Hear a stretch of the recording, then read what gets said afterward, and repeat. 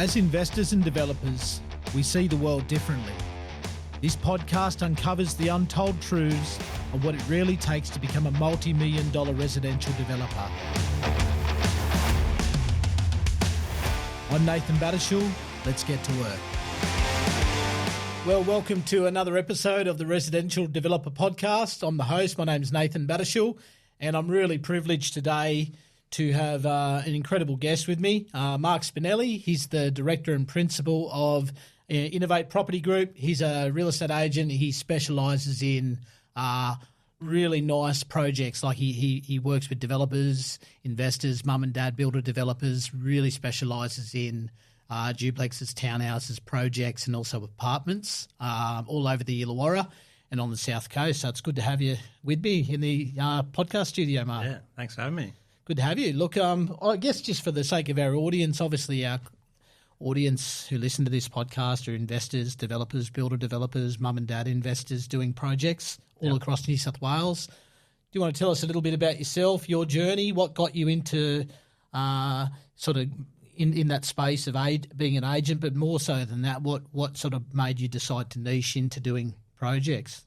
Yeah, I guess it started early on. I just had a love for projects. I think at high school I dreamed of selling apartments, brand new apartments, high-rise, and from there I got into direct sales. So I was travelling around Australia selling products, and then I always wanted to do real estate. And when I got into the game, I started off selling apartments off the plan. So that's how I started off in real estate. So we're selling 100-unit blocks, 200-unit blocks, and just kind of learnt the knack of how to help people to get their head around purchasing off the plan and feeling comfortable with doing that. Yeah, great. So how long you been a real estate agent? How long you? Yeah, so I've done real estate for 18 years now, and I think it just got to a point after probably about 14, 15 years where I didn't want to do properties that didn't have any potential. So I just found that it was getting a bit boring, mundane, and so I wanted to niche into what I really love, and that's in the project space and helping clients from first-timers to experienced developers and builders to do successful projects and nicer ones too. So, and obviously profitable. Yeah. That's a big key, isn't it? And I think having an agent, working with an agent who understands, obviously you want to sell the project in a timely fashion, but also, like you just said, profitable projects are very key.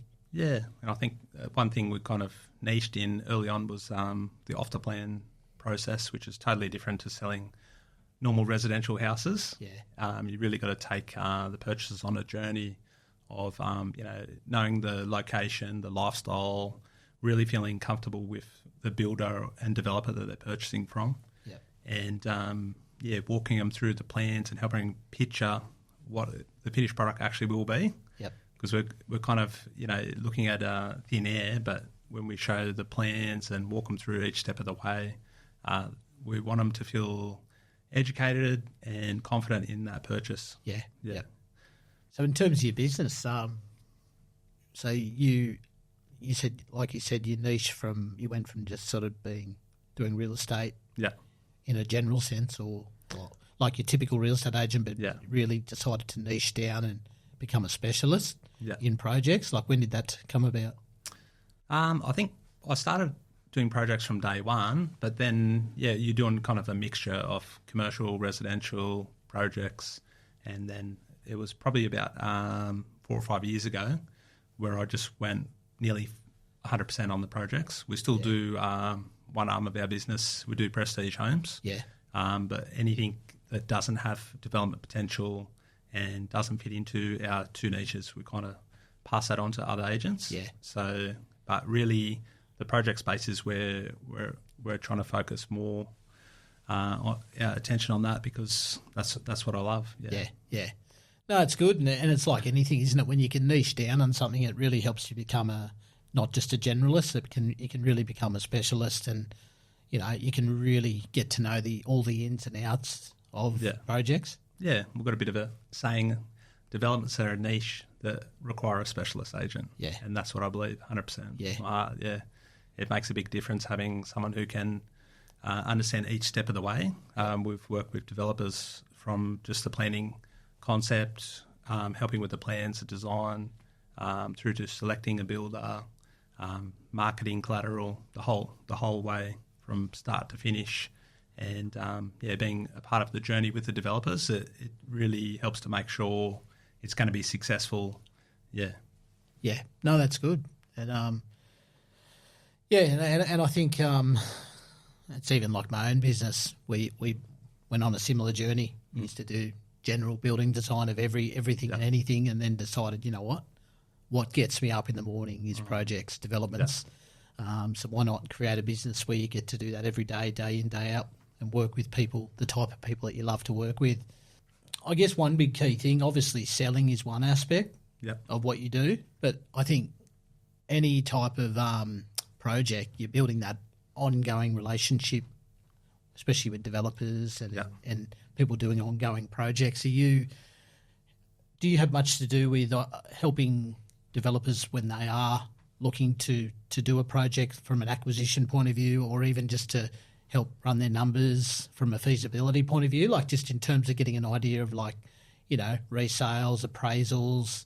Because obviously that can be the killer, is when someone buys a development site that does not stack up from a development perspective. What are your thoughts around that? How do you navigate that? Yeah, I find wherever you're going to build, it's good to know, or very important to know, that area and that market. So we have some developers and builders that come from like 2 hours away, and they think what they do in their area they can do in our area, and sometimes it just doesn't work. And because they're not in the market, in the know, we've got privileged information dealing with buyers week in, week out. So we know what prices properties are going to sell for. We know what type of property the buyers are looking for. And sometimes there's niches in the market where there's limited stock but huge demand, and people can miss that.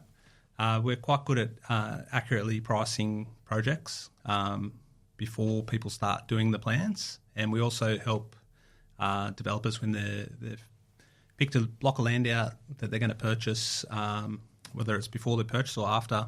We look at every different scenario. So sometimes it can be better and less risky and more profitable just to build one house.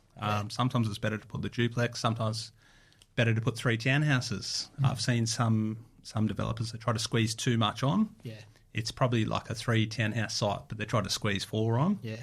And they made them too small. Yep. And sometimes they're gone for, 3 stories of stairs, where the market is for mature age buyers. And so really knowing the market and pricing accurately is very important to make sure they're not going to stuff it up financially. Yeah. And obviously being a Kiama boy, Kiama local, that's one of the areas you service, and obviously it's where I'm based as well. Yeah. It's funny, like I've found sometimes, like you'll look at a block of land, for example, in Kiama, like I saw this one site, I ran a feasibility for 3, like a triplex, versus like a detached dual occupancy, like 2 detached houses. The numbers way better for the detached dual lock. Yeah. So like a lot of people just think volume, but you're right, like volume doesn't always necessarily equal profit or profitability. Well, some of those better areas like Kiama, Shell Harbour, Barrack Point, the demand is for more prestige and detached or semi-detached properties. They're a bit more luxury, and there's definitely more profit at the moment in that sort of space. Yeah, yep. In terms of let's talk about development team, because I think every investor, developer, obviously our listeners are people doing projects, some starting out, some more experienced, but I think you've got to have a really good team. Yeah. I call it your dream team. You've got to have a good team of people around you, whether that be consultants, designer, and I think having an agent that understands a particular area or a particular niche is vital. Like, do you find that's key when dealing with people doing projects? Like, what are your thoughts around that? Oh, yeah, 100%, yeah. So we've done some of our own projects, and you've designed some properties for us as well. And having the right building designer is very key in making sure, the property you're going to buy, you can actually build what you want to build before you purchase that land. Yeah. Because the last thing you want to do is buy some property and then you can't do anything with it. Yeah. Or can't do what you want to do. Yeah. So doing the checks up front, having an accountant that specialises in projects, the right structure. So having the accountant's advice and then taking that to the broker you're going to deal with. So having a broker that specialises in projects as well. Check their past history of clients and projects they've done. Some say they specialise, but really they just do mum and dad loans for houses. So it's all got to work together because your structure may not match with the finance. So the broker's got to be on the same page, right structure, the right builder. I've seen people try to just focus on cost and they get stuck with some builders that take too long to build. So their project cost blows out the holding costs. Yeah. So getting a builder that does good quality, but also in a timely fashion is very important. An agent obviously that specialises in projects that can help. Sometimes you need, one or two or, bigger projects. We've had to sell 20 or 50 units off the plan before the project can even get off the ground. Having someone that specialises in the projects for the pre-sales is important as well. Who else have I missed, Nathan? I think the key thing, obviously every area is different. Yeah. And within different areas, you get different buying pools as well. Yeah. Like how do you navigate early in the process of, say, working with an investor or developer or builder developer in terms of like who should our buying pool be, and that I'm guessing that can obviously entail then different levels of finishes and quality of build. Like how deep down do you dive into that space early in the piece, like from a selling point of view, and obviously knowing you've got to sell that product in the long run. Like mentioned before, we've had some developers out of the area come build without consulting anyone. Yes. And they've gone and over-invested $100,000. There was one that was 4 townhouses and they put $100,000 extra on each townhouse, which just didn't suit that market. It was a cheaper part of the market of our area, and it really killed the sale price in the end. So we weren't selling that project, but I've seen it happen, and I've seen them overinvest, and the resale prices were very low, and they probably didn't make any profit from that one. Yeah. And I've seen other ones go for like 3-story townhouses, and they've built like multiple 3-story townhouses with no lifts, and really the target market for that area and that type of property would have been mature age buyers, and you've just wiped them all out having all those stairs. Yep. So I think it's important to do the right standard of finish depending on the area. Yeah. So medium areas, we want a medium finish, but sometimes you just got to make it a little bit unique. So tweak up the kitchens and the bathrooms, make sure the master bedroom has a nice, decent ensuite, nice tiling, nice fittings, decent walk-in robe, sometimes 2 walk-in robes, his and hers. That really helps in those sort of medium to high-end areas. Yep. And then, obviously the high-end, we want to make it a bit more unique and high fittings, and really, make sure that living area and kitchen is really functional and suiting those buyers what they want. Yep. Yep. Yeah, and look, and in terms of the actual the end buyer, that's massive, isn't it? Because I think I look at you look at your area, which is sort of like Illawarra, South Coast of New South Wales. Like you look at the next 10 years, like we've got a record number of baby boomers, my parents' generation, your parents' generation, who are either at the end of their working life or just retiring. So we've got a lot of downsizers now. Like, are you finding that really can dictate to the end product, like what you're going to actually present? Like you said, 3-story, it's just not going to cut it to that downsizer. Yeah. So the mature age buyers definitely main part of the market where we're going to get great resale prices. So they're more fussy buyers. So you do a cheap finish, or you haven't allowed enough natural lights. Your living room's not big enough to fit your dining and lounge. It's very important to get all those areas right. Most of these buyers, they're bought and sold several times already. Yep. So they're trying to make sure this time they get it 100% right. Yep. And it's all about sunlight and the aspect and the level of finishings, workmanship is important. But also presenting the property with professional styling is also very important to help the buyers to picture themselves living there. Yeah. And that's really been a big shift in the market as well, which a lot of developers and builders are starting to agree with that. Yes. You know, it's hard with some developers, builders you work with. They're very fixated on the cost, so they're trying to look at how can they save costs with the finance and building costs, different ways to still make it quality but save a few dollars here and there. But investing in marketing and styling is super important in today's age. Yep. To really nail that to help push that price. And we've seen amazing results because of that. Yep. Some projects we've worked on recently, they just did a little tweak on the kitchen, flooring, bathrooms, and then the facade. And they made sure they got all the important areas right.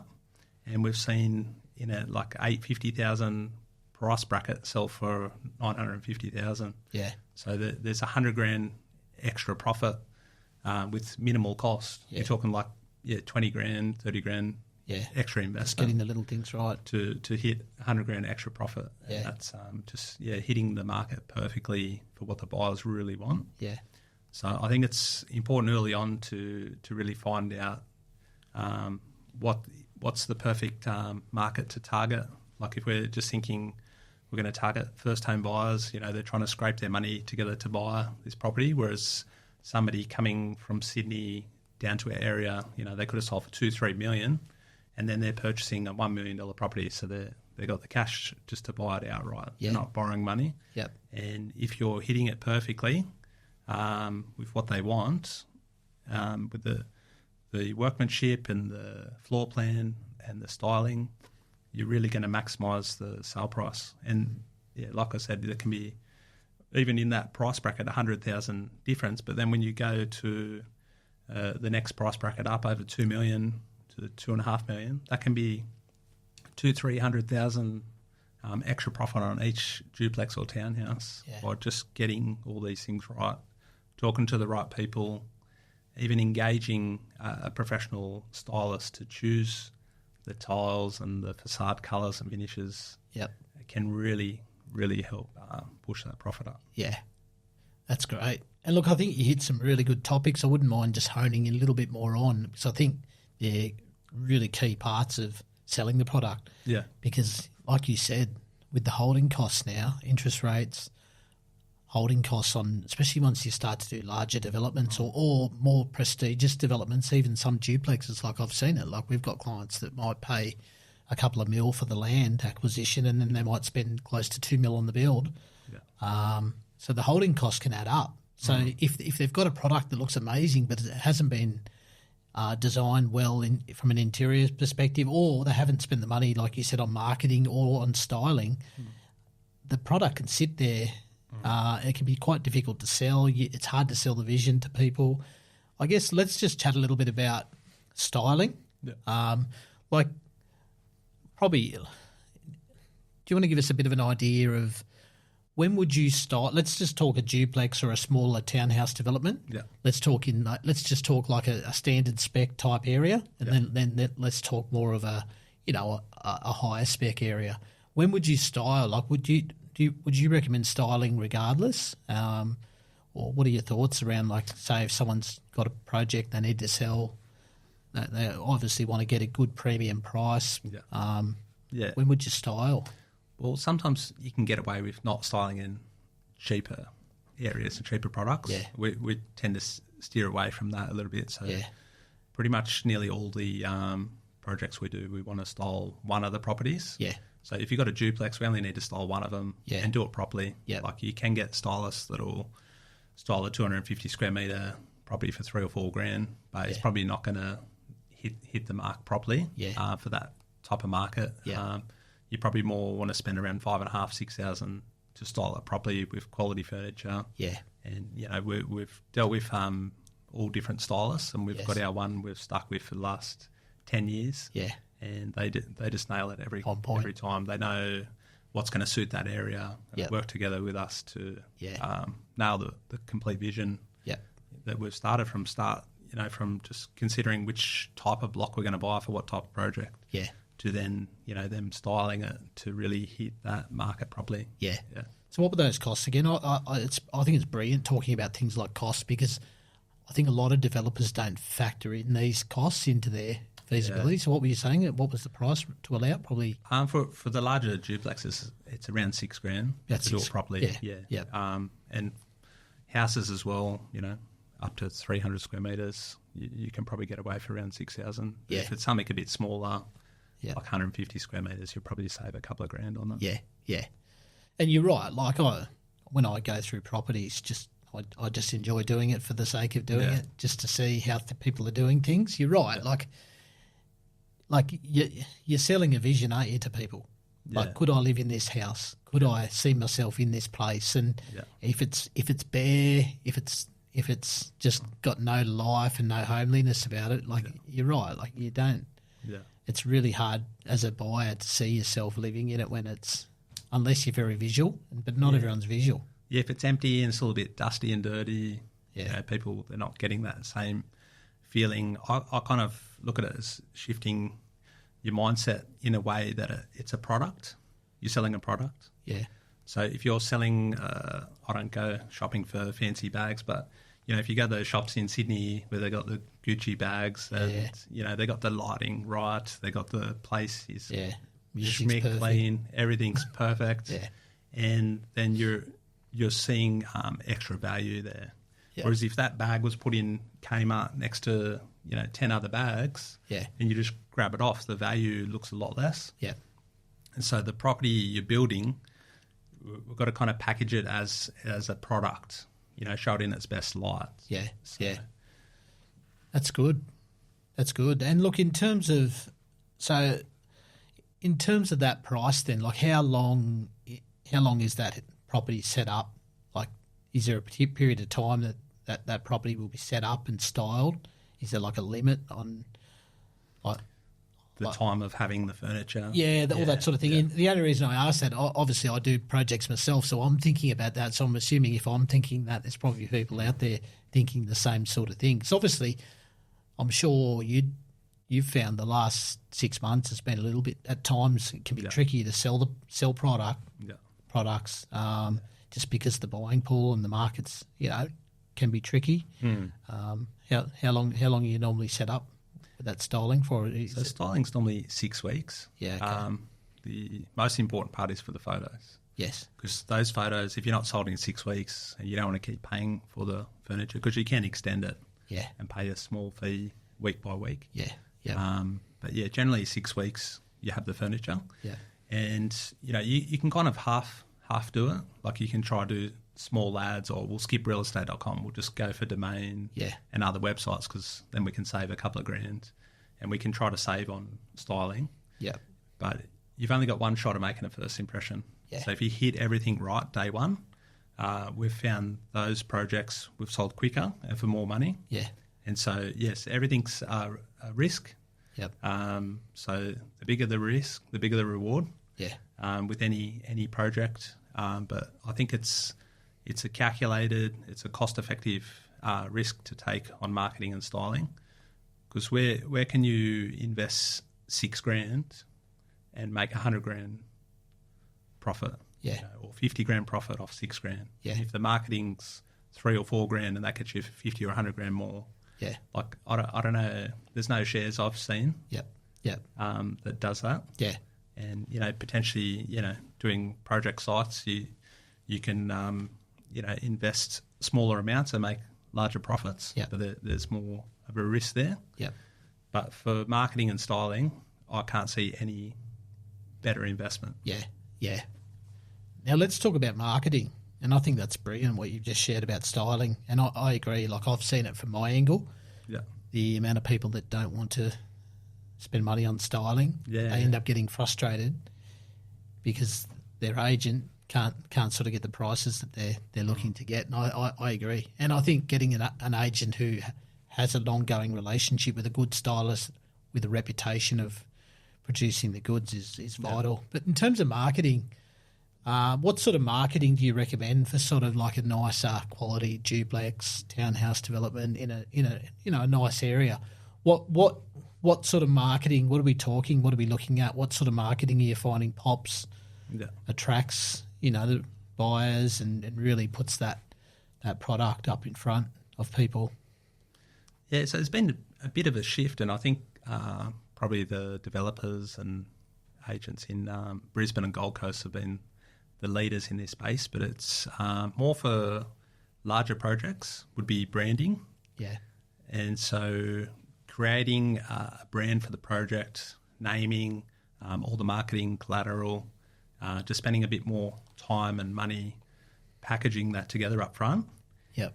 What it does, it attracts people to that property and that project rather than having to always spend to reach out. Yeah. And so you end up spending more money by trying to do it cheaper up front with your marketing setup. Yep. And so if you do the branding right, you're just going to attract more people and people are going to want to buy it. Yep. Rather than you always having to push and chase and reach out and keep spending more and more to advertise. So, getting that branding right.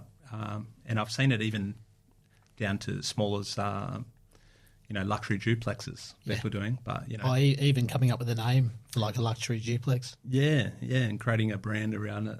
Yeah. Yeah, so, but, for townhouses or bigger. Yep. And obviously the bigger unit projects, creating that brand and naming is very key. Yep. And so in terms of marketing, are we talking, obviously, do some of them get to the point where they have like a landing page or a website or some, really good video footage showcasing the project? What are you seeing? What are you finding works well? Yeah, so video is quite important for larger projects. It's really selling the lifestyle is the main thing. So it's showing off the area because a lot of the buyers can come from Sydney down to our area, and so we're wanting to show what lifestyle they're going to have because it's not just the property itself; it's everything around it you're buying as well. Yeah, for that location. Yep. Yeah, so the videos, a big thing with proper drone footage and the property and creating 3D visuals. Yep. Yeah, so there's a lot of great technology out there now where you can really show the property before it's even built. Yeah, pretty cool. Yeah. And what about photography? Because it's amazing. You still see some agents where it's almost like they've used an iPhone to take photos. Oh, there was one I saw a project actually they took it off the iPhone the other week. Oh, really? So I just shook my head. I think it sold for $200,000 or $300,000 under price. So wow! I was just shaking my head. Yeah. And look, whether that's been driven by the developer or maybe not wanting to spend money, but it is. You're right. It is an area, especially once you start to do the nicer projects. It's an area you just can't skimp out on, is it? Yeah, no. You got to get the right photographer. We tend to steer towards one that do more of a crisp, nicer finish rather than your standard wide and bright shots. Yeah. So on the finished product, you want to show a bit more creativity in your photography. Rather than just your standard real estate shots. Yeah. And like you said, mixed in with the styling then, it can just bring it to life. Yeah, that's right. And it's true. Like I look when I'm browsing through realestate.com, like if I've got a spare 5-10 minutes, you never stop on the rubbishy looking projects that the photos are terrible. It's just nothing appealing about it. Whereas you see those projects that are, yes, a lot of them are really nicely designed, but you can just tell the effort's gone into the photos, the quality of the way it's been outlined. Like it does. It makes you stop and have a look. Yeah, you want to capture their attention, get them to stop. But yeah, the photography, getting it right is very important. We want to get people that are just passive buyers as well, not just active buyers. Yeah. So people that will be on Facebook and then this property pops up and then they think, oh, look at this. They show their husband or wife and they're like, we need to go see this. I want it. Yeah. And that can create a sale out of nowhere by just getting that styling, marketing right. And it all works together. Like it's not just doing high quality finish of the building or high quality photos. It's start to finish, getting everything right. Yeah. Obviously, doing it cost effectively. Yeah. But yeah, it's a brand you're creating, and there's a standard you want to set, especially for that medium to high end part of the market. Yeah.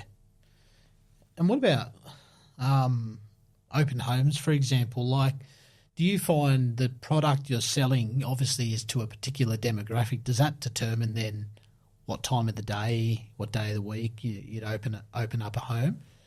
I'll give you an example, and it wasn't you, but I remember seeing one agent, and I remember talking to him, and he's just like, "Oh, no one's coming," but he was selling a house that's like a house that would suit like someone like myself or you, like with kids our age. Yeah. And I'm thinking, mate, 90% of kids are playing sport this morning. Yeah. I'm literally driving out my door to go and watch sport. Like, do you think about, like, do you guys think about that sort of thing? Like, do you find that's a key thing, like in terms of looking at who your buyer is, whether it's a downsizer, someone coming up from Sydney or a younger family? Like, does that really dictate, like, when you show, like, how that works? Yeah, to a degree, yeah. Like, I think some people get too fixated on seasons, should I sell in spring or summer? Yeah. The past few years, it hasn't really made a difference what season you're selling in. Yeah. Opposed to 10, 20 years ago, the seasons were more important. Yeah. And then with timing of when do you do the open house, if you're doing it 9 o'clock in the morning, 10 o'clock in the morning, every week, and you're not getting the buyers, and your target market is those young families, you probably need to look at maybe making it a little bit later. Yeah, wait till but generally, sport's finished. Yeah, like between 11 and 2 o'clock seems to be the best time in our market. Yeah. Some larger projects will even do 3 open houses for the week. So we'll do a Thursday, 5 o'clock. Yeah. And then Saturday, 10 o'clock, Saturday, 1 o'clock or 2 o'clock. Yep. And so just creating more opportunities to great. attract all the buyers. But then if someone really, really wants to buy that property, they're going to book a private inspection in during the week or in the afternoon on the Saturday when they finish the sport. Yeah. So they're going to come regardless if they really want it.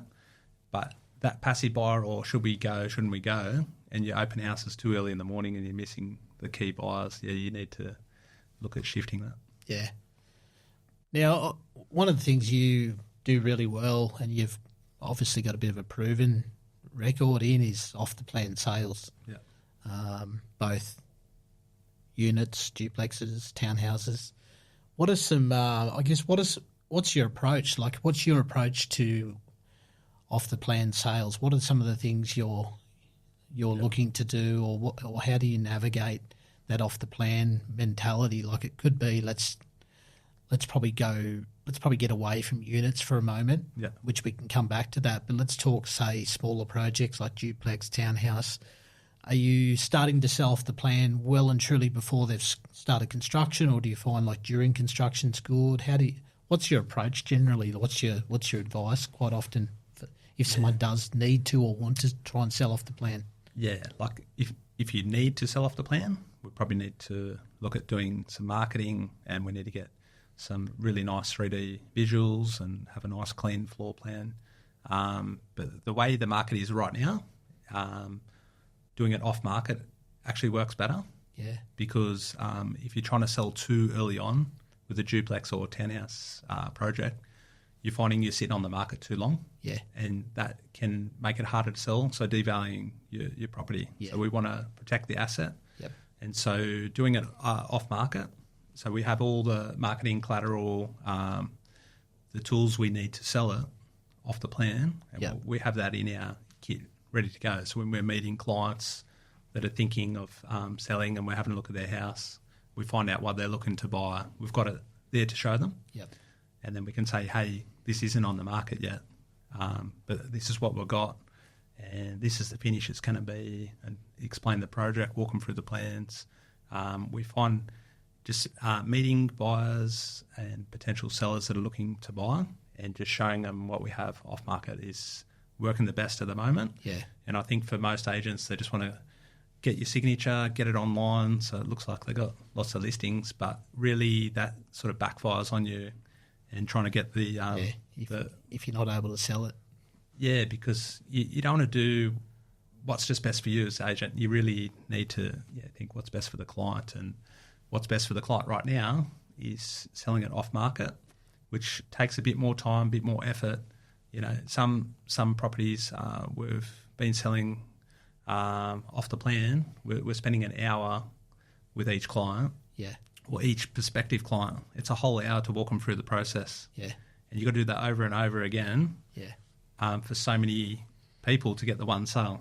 So it's a lot more effort and time to sell an off the plan product. Yeah, and that's why most agents will steer towards just selling houses. Easy to sell, show them through, bang, sold, get paid 6 weeks. Yep. Whereas, we just absolutely love projects, love everything about it, and helping clients get success through doing these small projects like duplexes and townhouses. There's nothing more rewarding. I think that's a good spot to jump into it. Like I always find it's refreshing when you're dealing with agents who actually have had skin in the game themselves, like they've done their own projects or they're doing their own projects. Have you found doing your own projects, your own development projects, where you've not only sourced the land, you've obviously executed the approval, engaged a builder, and then you've gone to the point of where you've then sold that development? You've gone through that whole process. Do you find it is a lot easier to really put yourself in the shoes of your developer investor client when you've actually had the skin in the game yourself? Yeah. Well, before doing my own projects, I help a lot of clients achieve success in it. But doing it myself, you're really seeing all the nitty gritty in between parts, like dealing with engineers and council and all the back and forward sorting things out. Yeah. And the pressure of carrying finance and choosing the different materials you're going to put in, and going through each step of the way myself has really, really helped me appreciate what builders and developers go through. Yeah. And I guess once you've done that, you can really develop a really clear plan of attack, and you become sharper, I think, in what you do. Yeah. Excellent. Do you want to just share with us a few case studies? I always find the best thing, it's always rewarding when you can share about some of your success stories, like whether it be particular projects where you've discovered success. I know one of the ones you love, I've heard you talk about, is the Blue Water project in Kiama overlooking Surf Beach. Yeah. One of the prime spots in Kiama. Maybe tell us about that one. I know that was a really special one. Yeah, so we worked for other agencies before starting my own, and that was, in my hometown, Kiama, the main beach, right in between the beach and all the cafes, shops, and it was a great project site. What I love about it is 7 years later, the building still looks brand new. And so knowing the developer, what sort of work he's done before, now he's going to deliver a high quality finish. Each and every purchaser that bought in there are more than stoked with what they got. And, some people that bought early on resold before it was finished and made profit. Yeah. I think he made $160,000 in 1 year. Yeah. That was when the market was a lot lower. Yeah. But he bought and in his super, and we resold it before he finished. And to make good profit like that without having to really do much is great. And we actually sold 20 of those units off the plan before it was finished, out of 22. Wow. And the only reason we didn't sell the other two was because the developer wanted to keep them until they were finished. Yeah. And then we sold one of those penthouses as a finished product, got it all styled, and the price was up there. So we really loved working there. You're working on a project where you're looking over the beach. It's always a bit nicer than, back in the sticks, or in suburbia where you're just looking at other properties. Yep. Yeah, so to be working on a beachside area in my hometown was really great. Excellent. And look, it's been such a valuable session. I'd love to get you back on. Definitely, there's so many things we can discuss. Where do you stop on talking about these elements? But look, I guess what are some parting things, tips or advice you could give to, say, an investor or a developer that's looking to potentially investigate doing a project in the Illawarra or on the South Coast? Like, have you got some thoughts around the starting point? Like, if they haven't acquired a site yet, they're looking to get a site. What's some advice you could give to them? Yeah, well, we've helped a few first timers. One of our clients, we helped him secure the land and he built a duplex. We helped him find the right builder, and he made $260,000 first project. Yeah. And then he went on to do another one.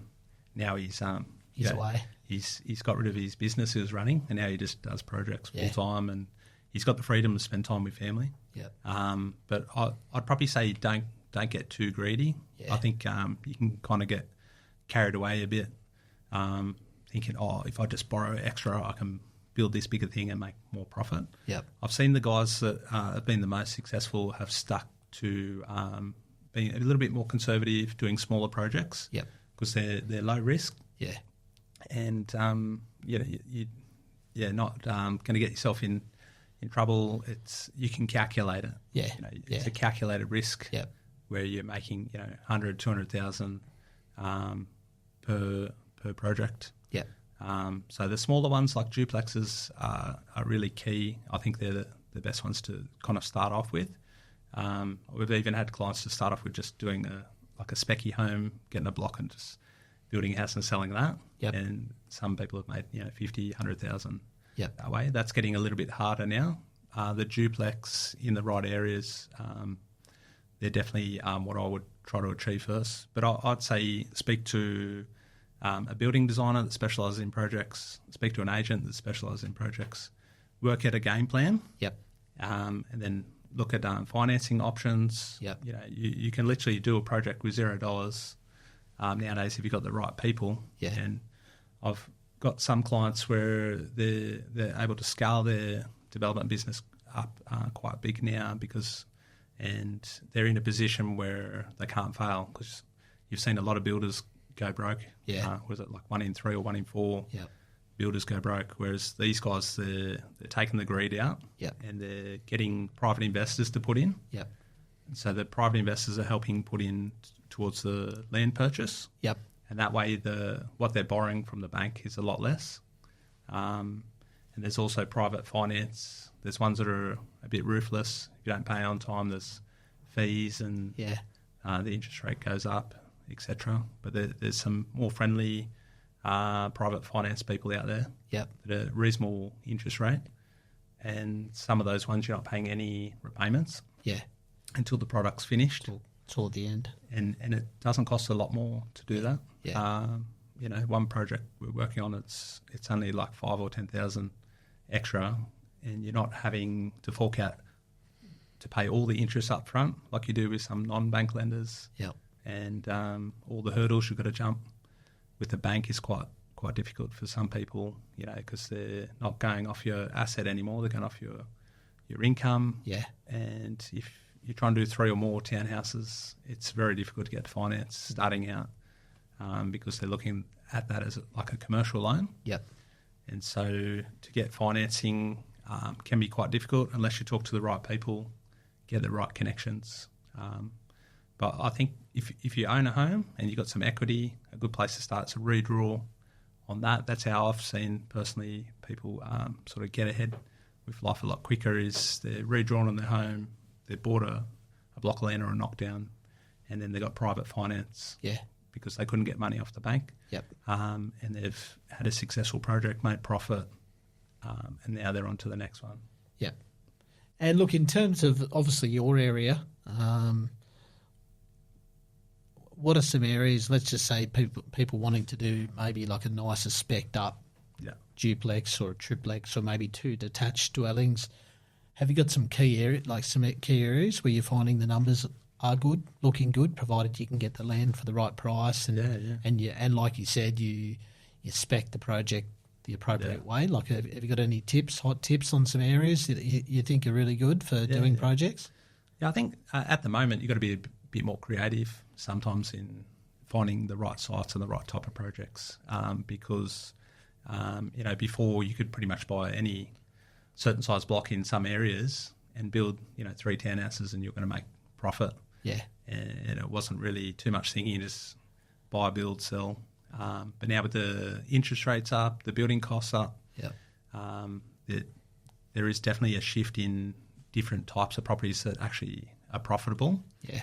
And so Shell Harbour Village, Kiama areas, we're finding, and even further down the coast, they're very good profitable projects and not too risky. Yeah. There's high demand for those type of products. So that even though you're probably borrowing a little bit more than, say, a cheaper area and doing cheaper products, it's actually not too risky because the buyers you're targeting are cash buyers. Yeah. And they want that type of quality. Yeah. And so around the 2 to 2.5 million resale price in those areas is really good. You're attracting a good buyer. Yeah. I Yeah. think once you get to around 3.5, 4 million, you need to be a little bit more careful. Yes. That's with the resale price. Yeah. There's a little bit more of a limited market there. But the ones that are 2 to 2.5 million, I'm finding that's quite a niche market there. And there's a lot of demand. Yeah. And nearly zero products of that. Yeah. And fortunate for us, we've got a mutual client. Yeah, the one in Bombo. Hometown at Bombo. Yeah. And, beautiful site. I grew up there at Bombo, first 25 years of my life, looking at that north end of the beach with that break there. Magic. And now we've got that duplex site there. You sold that quick, didn't you? Like I don't know how quick you sold that site. Yeah. Crazy quick. Yeah, there was big demand for that. Yeah. And it was a win-win for everyone. Yeah. So the people, buying, they're going to get a great product, great value, opposed to buying a house. Yep. And started construction, CDC, no council. Beautiful. Yeah, so being mostly detached with the plunge pool at the back, and then doing the design right with the main bedroom and the full bathroom downstairs, and your kitchen, lounge, dining, alfresco with the view. Yeah, or looking out to the ocean. I think you can even see the blowhole, I think. Yeah, so you can see right into Kiama with the lighthouse and the iconic Norfolk pine trees and the lighthouse. And the point at Bombo, magic. So literally you could live downstairs as a mature age person. Yeah. And then for a family, young family that's cashed up, for mid 2 millions, they're getting an amazing quality product. And, they've got the bath with the window right there looking over the whole beach and the master room with the view. Yeah. It's, I love every part about that project and those type of properties. Yeah, they're great. They're great, aren't they? And like you said, they can be, if you get it, they can be quite profitable. So I'm excited to watch that one unfold, and I'm sure we'll be able to get you back on the podcast to talk about how you did selling that one and styling it and all that sort of thing. Yeah. Well, we haven't even advertised it or told anyone, and we're already getting interest. People asking. That's brilliant. And you're right. Like when you get the right area, you get that VIP type client, don't you? Then like people who are fighting almost to get the right site. Yeah. That's good. Well, what about how can people reach out to you? What's the best way for people to contact you? Obviously, I think there'll be a lot of people that will get a lot of interest out of this episode today. How can people reach out to you? What's the best way to find you? Yeah, head to our website, innovatepropertygroup.com.au. Yep. Or Instagram, Innovate Property AU. Yep. Yeah, check out our videos. We're always wanting to, provide valuable content for people. So, follow along. Check out other projects we're doing. Brilliant. Well, it's been good to have you on. Cool. Thank you. And look, thanks for tuning in. I hope you got a lot of value out of this session, and I've sure learnt a lot. We'll make sure Mark's details are in all the show notes on all of our content, all of our information. But look, if you really enjoyed this episode, I want to encourage you to share it with friends, family, people around you. And don't forget to like and subscribe to all of our channels. We're on YouTube, we're on Spotify, we're on Apple and all the major channels. So make sure you share, subscribe, like, and thanks for tuning in, and we'll see you next week.